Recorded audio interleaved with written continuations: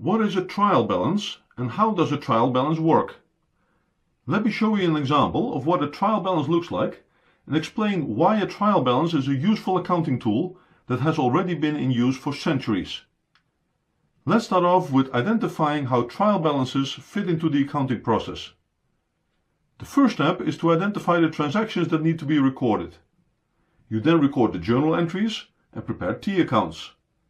The trial balance is the next step, right in between preparing the T accounts and preparing the financial statements. A trial balance allows you to check for mathematical errors. Is the sum of the debits equal to the sum of the credits?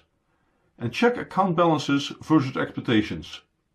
If you usually have a balance of around $100,000 in accounts receivable and now you have $10 million, you want to check the journal entries making up that balance. Not everything that happens in the company is a transaction that needs to be recorded. For example, saying good morning to the managing director or taking customers on a tour of the site might be useful things to do, but don't need a journal entry. An example of an event that does need to be recorded is purchasing goods from a supplier on credit. The journal entry for this is debit inventory, credit accounts payable. Or if you want to visualize that, put the debit amount on the left of the inventory T account and put the credit on the right of the accounts payable T account. A trial balance is a listing of all ledger accounts along with their respective debit or credit balances for the period.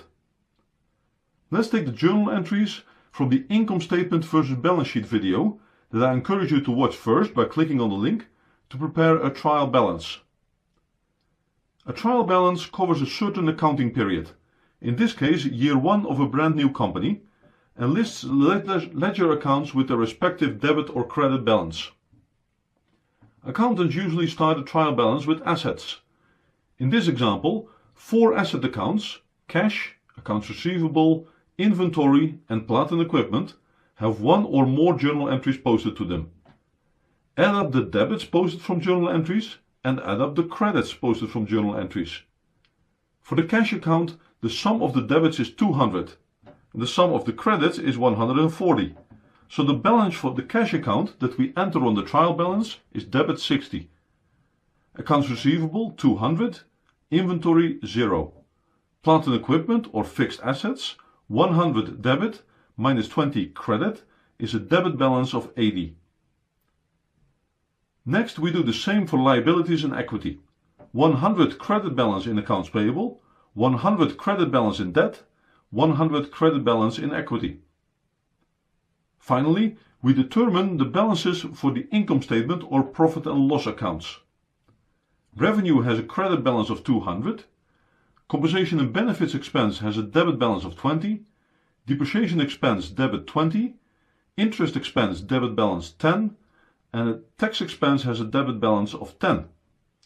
A trial balance is not the same as a balance sheet. A trial balance lists balance sheet as well as income statement accounts. Now add up all amounts on the debit side, add up all amounts on the credit side, and we get to the same number of 500 on each side. Our trial balance is balancing. As you can see, net income itself is not a trial balance amount. It is represented here by the individual income statement accounts. Net income is added to retained earnings in equity at a later stage, once we prepare the financial statements. What can we conclude now that our trial balance is balancing? Well, if the trial balance fails to balance, then we know that an error has occurred and must be located. If the trial balance is balancing, then either no error has occurred or an error has occurred that is more difficult to detect. For example, maybe the debit and the credit in a journal entry were swapped. Or a journal entry may have been posted to the wrong account. Or a transaction has not been recorded altogether. Or a journal entry was posted for incorrect amounts.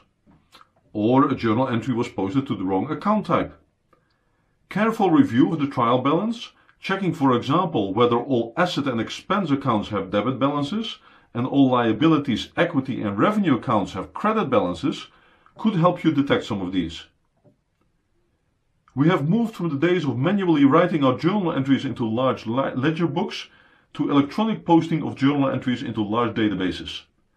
Every accounting system that I have ever used has a validation rule that checks whether a journal entry is balanced. So the need to check whether a trial balance is balancing between debits and credits has decreased. It's still worthwhile to know how a trial balance works, as it can help you detect errors in an early stage. The trial balance, a listing of all ledger accounts along with their respective debit or credit balances for the period.